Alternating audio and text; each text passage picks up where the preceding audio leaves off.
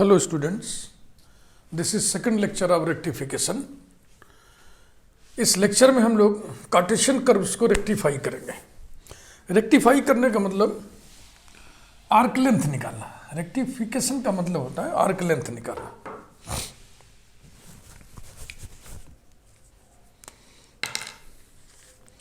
Example 1, to find the length of an arc, to find the length of an arc of the parabola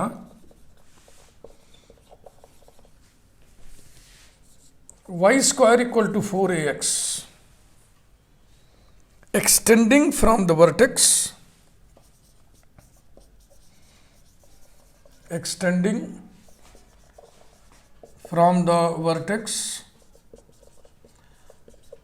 to an extremity माने छोर, एक छोर, vertex से latus rectum के एक छोर तक, from the vertex to an extremity of the latus rectum. Latus rectum को बोलते हैं नाभिलंब of the latus rectum.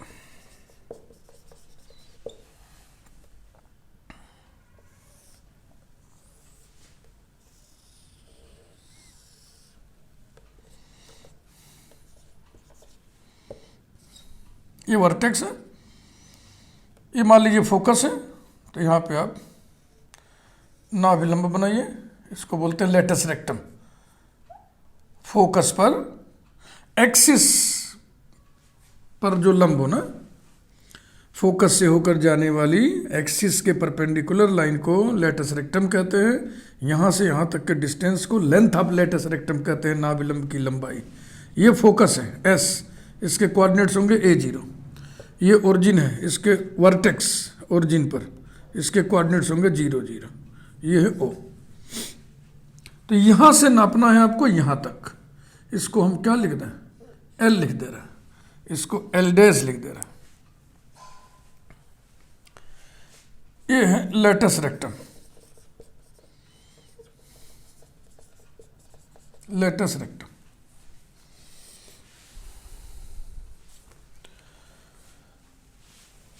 Formula देखिए, ये होता है S equal to integral ds by d x.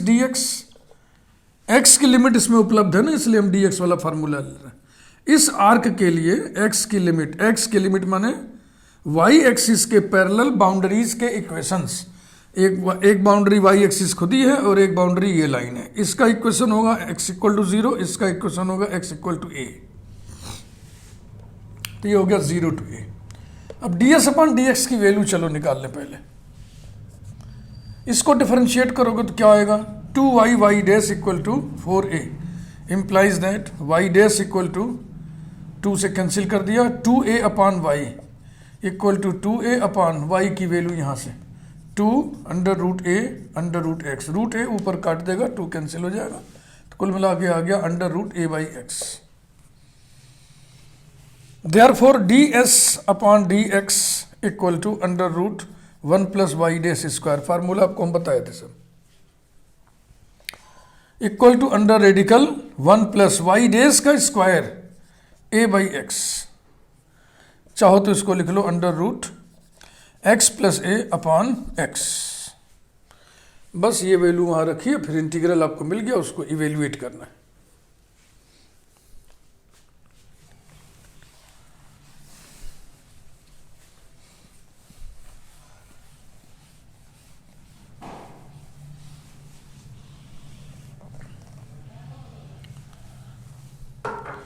The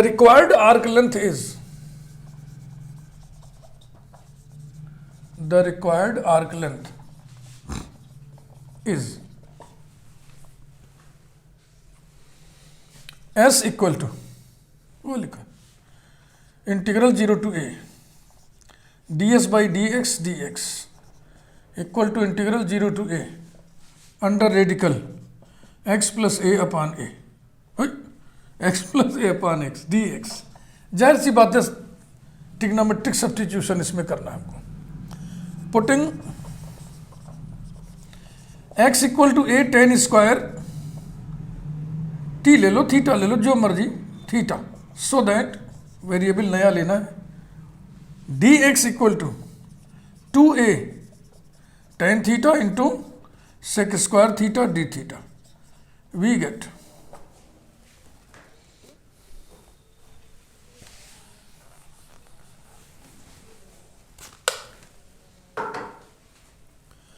s equal to integral, यहां से आप लिमिट चेंज करेंगे। When x is 0 tan theta is 0, theta is 0। When x is a upon a 1 tan theta is 1, theta is pi by 4। Under radical x plus a plus a tan square theta तो हो जाएगा a sec square theta upon x a tan square theta into 2a tan theta sec square theta d theta. a यहाँ locally cancel हो गया, ये tan square theta tan theta से cancel हो गया। This is equal to 2a integral 0 to pi by 4। यहाँ से sec theta निकलेगा, सेक स्क्वायर थीटा बाहर बैठा ही पहले से ही, तो कुल मिलाकर हो जाएगा sec cube theta d theta. अब सेक क्यूब एक्स का इंटीग्रल आप इंटर में पढ़े थे और बड़े ही स्टैंडर्ड इंटीग्रल के रूप में हम लोग बताते हैं इंटर में। उसको कभी किसी बच्चे को अगर बताना पड़ गया कोसेक क्यूब का इंटीग्रल, सेक क्यूब का इंटीग्रल, क्योंकि बीएससी फर्स्ट ईयर के लिए तो ये इजी है ना, ये आप रिडक्शन फार्मूला में पढ़े थे। अगर भूल गए तो आप रिडक्शन फार्मूला की मदद से निकाल लें। इक्वल टू 2a लिखा ब्रैकेट में, सेक क्यूब थीटा का इंटीग्रल मैं लिखने जा रहा हूं 1/2 ब्रैकेट सेक थीटा प्लस, ये ब्रैकेट करली ब्रैकेट लगाइए, sec theta plus tan theta, sorry sec theta into tan theta plus log of sec theta plus tan theta, ये बंद, curly bracket closed, square bracket closed, limit 0 to pi by 4, ये रहा। Equals to, ये 2 balance हो गया, a pi by 4 पहले रखिए, सेक पाई by 4 कितना होगा, कॉस पाई बाई 4 का उल्टा 1/√2 का उल्टा √2 into ten pi by 4 1 plus log of √2 plus 1। अब देखो 0 रखोगे तो tan 0 0 हो जाएगा, इधर क्या होगा tan 0 0 सेक 0 1 log 1 0, बस इतना ही आ गया। तो यही इसका आंसर आ गया, आंसर आ गया। This implies that s equal to a multiplied by √2 plus log of 1 plus √2। yes, it is correct answer। Concept आसान है, कैलकुलेशन आपको करना है।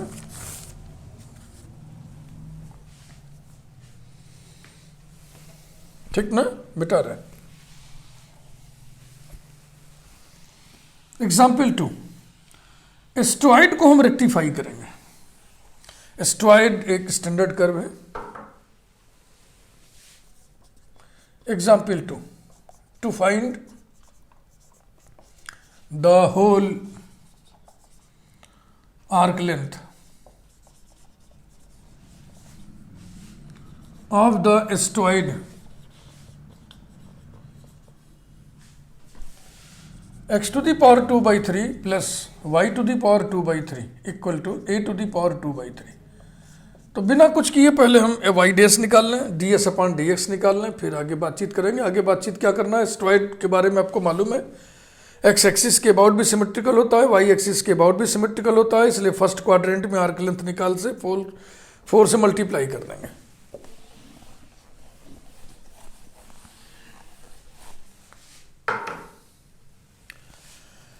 Differentiating with respect to x, we get 2 by 3 x to the power minus 1 by 3 plus 2 by 3 y to the power minus 1 by 3 into y dash equal to 0 implies that y dash equal to minus x to the power minus 1 by 3 upon y to the power minus 1 by 3। इसको ऊपर कर दो, इसको नीचे कर दो, equal to minus y to the power 1 by 3 upon x to the power 1 by 3। Therefore d s upon d x equal to under root 1 plus y dash square.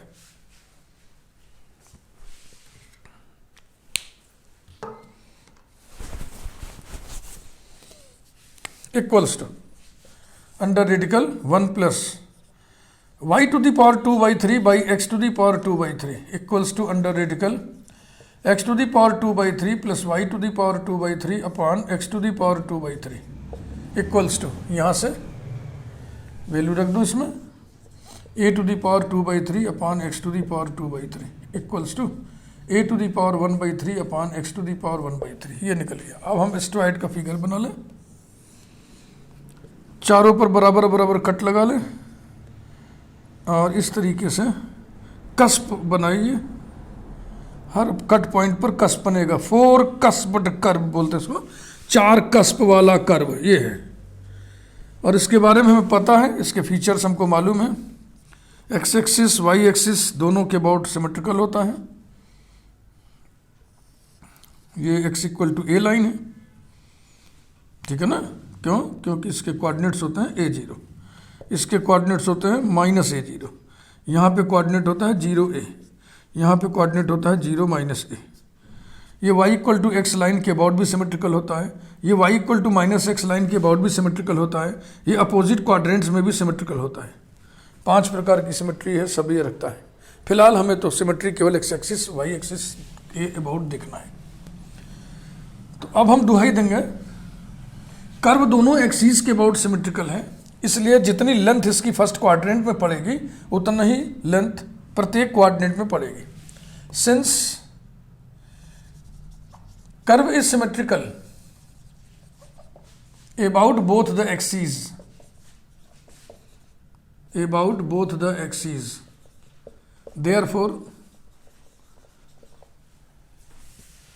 the whole length of the curve is s equal to 4 into arc length in first quadrant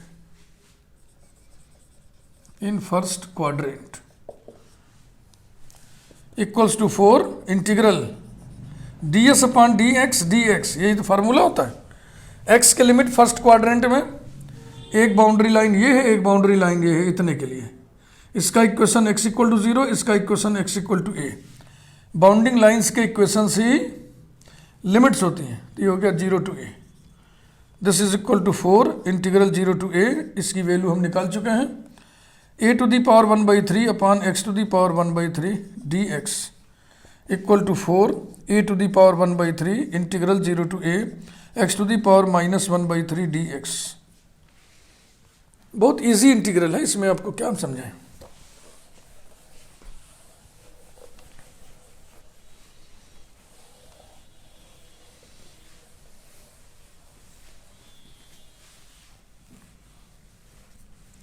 implies that s equal to 4a to the power 1 by 3 bracket में, इस power में एक जोड़ोगे तो कितना हो जाएगा 2 by 3 x to the power 2 by 3 upon 2 by 3 और limit 0 to a।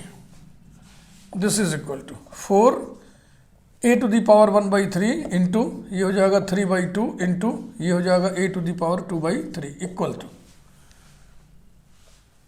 6 और ये दोनों मिलकर 3 by 3 यानी कि यही होता है स्ट्राइड का पेरीमीटर, यही होता है 6a। इसे आप याद रखें क्योंकि स्टैंडर्ड कर्व का रिजल्ट है, तो स्टैंडर्ड रिजल्ट हुआ। Example 3,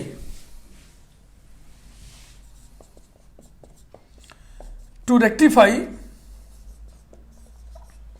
the curve x square plus y square equal to a square. ये सर्किल है, इसका आर्क लेंथ निकालना है। आपको मालूम है 2 पाई ए होता है, लेकिन इसको कैलकुलस की विधि से निकालिए। तो ये भी दोनों एक्सिस के अबाउट सिमेट्रिकल है। फिगर बनाने की जरूरत नहीं, फिलहाल बना दे रहा हूं मैं ये।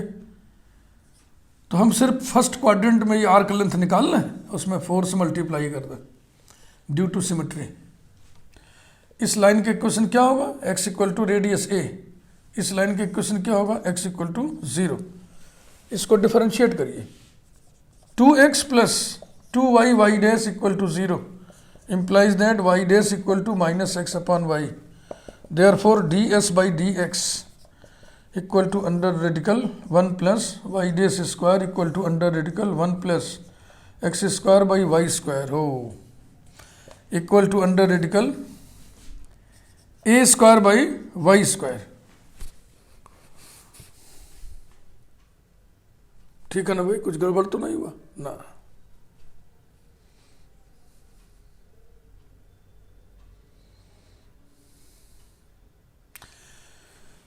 Equals to a upon y, equals to a upon y की वैल्यू रख दें under root a square minus x square, हो गया। To rectify means to find the whole length of the curve, means to find the perimeter of the curve. Arc length निकाल रहे हैं हम लोग, ध्यान रखना। Since the curve is symmetrical about both the axes, therefore the whole length of the curve, whole length of the curve is S equal to 4 into arc length in first quadrant, arc length in first quadrant equals to 4 integral ds by dx dx, x के limit 0 to a equal to 4 integral 0 to a ds by dx की value a upon under root a square minus x square d x.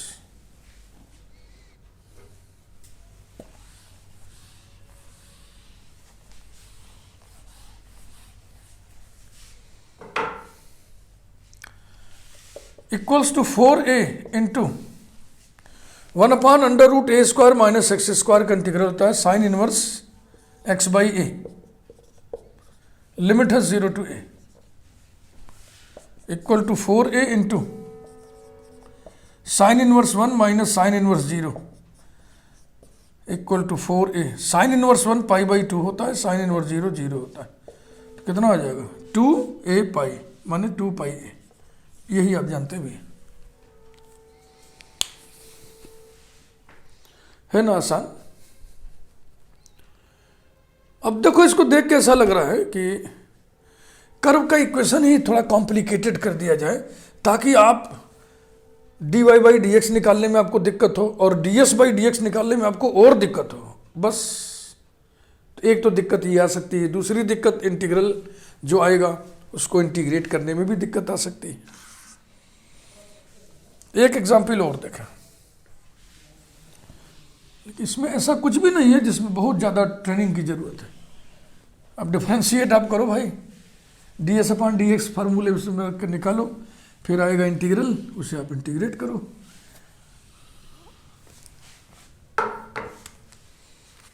Example 4,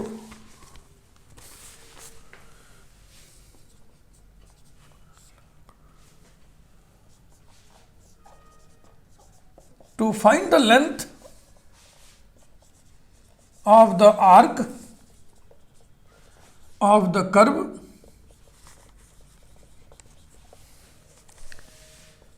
y equal to log e to the power x minus 1 upon e to the power x plus 1 from x equal to 1 to x equal to 2. This is not standard curve. तो ऐसे भी problems होते हैं, इसलिए मैं एक नमूना इसका भी आपको दे दे रहा हूँ, दिखा दे रहा हूँ। इसको डिफरेंशिएट करना है तो इसको पहले तो थोड़ा सरल कर लो, माने कि log of numerator minus log of denominator, ठीक ना। अब इसे डिफरेंशिएट करो, differentiating with respect to x we get y dash equal to इसका डेरिवेटिव कितना होगा, e to the power x upon e to the power x minus one minus e to the power x upon e to the power x plus one equal to e to the power x common one upon e to the power x minus one upon e to the power x plus one equal to e to the power x plus one minus e to the power x minus one upon e to the power x minus one into e to the power x plus one. ठीक, ये यहाँ आ गया, ये यहाँ आ गया, तो ई to the power x ऊपर cancel हो जाएगा, वन प्लस वन टू बचेगा, तो वाई डेस आ गया to e to the power x upon a minus b into a plus b, a square minus b square, यानी e to the power two x minus one इतना। ठीक है, सरल। अब चलो d s upon d x निकाल लें। X की लिमिट दी गई है इसलिए हम फार्मूला लगाएंगे जिसमें डी एक्स होता है, माने integral D s upon d x वाला। क्यों लगाएंगे फार्मूला, क्योंकि एक्स की लिमिट उपलब्ध है, सिमेट्री एक्स एक्सिस के अबाउट होगी तब भी डी एक्स वाला फार्मूला लगाएंगे, सिमेट्री वाई एक्सिस के अबाउट है तो डी वाई वाला फार्मूला लगाएंगे, दोनों के अबाउट है दोनों में से कोई भी एक फार्मूला लगा लेंगे।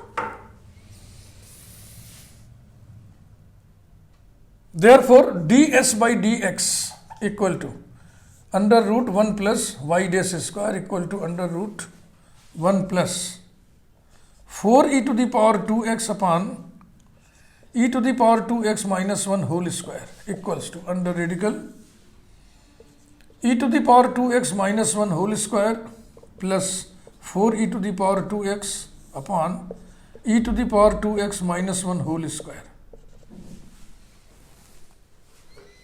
अब हाई स्कूल स्तर की बातें देखो, ऊपर है ये a minus b whole square plus 4ab है कि नहीं है, मिला लो।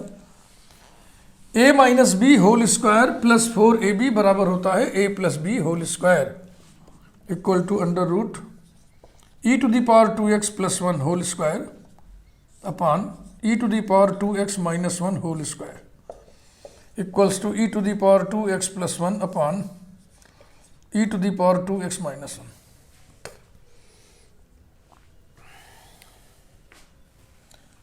The required arc length is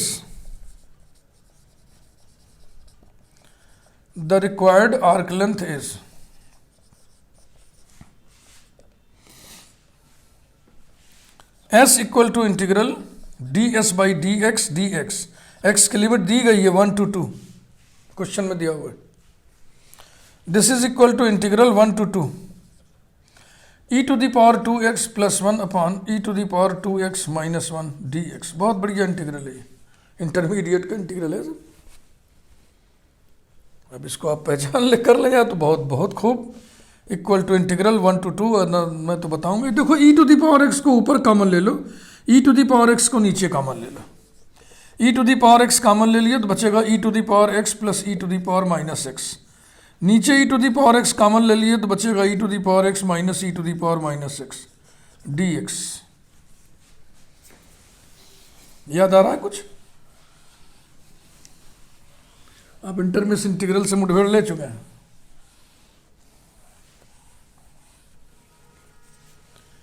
implies that s equal to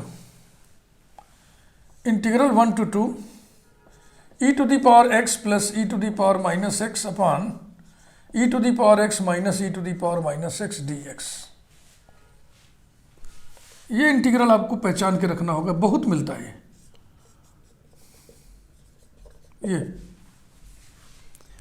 integral में एक भिन्न लिखी हो फ्रैक्शन, और फ्रैक्शन कैसी फ्रैक्शन हो कि डिनोमिनेटर का डेरिवेटिव ही न्यूमरेटर हो, तो क्या इसका डेरिवेटिव भी आएगा e to the power x का derivative e to the power x, और इसका डेरिवेटिव माइनस आएगा तो प्लस हो जाएगा। ये तो इसकी वैल्यू कितनी होती है, लॉग नीचे वाला लॉग एफ ऑफ एक्स। बहुत बढ़िया इंटीग्रल है, एकदम हमेशा पुड़िया बना के जेब में रख लीजिए, हमेशा काम आता है। Equals to log of e to the power x minus e to the power minus x under the limit x equal to 1 to 2 equals to log of e square minus e to the power minus 2 minus log of e minus e to the power -1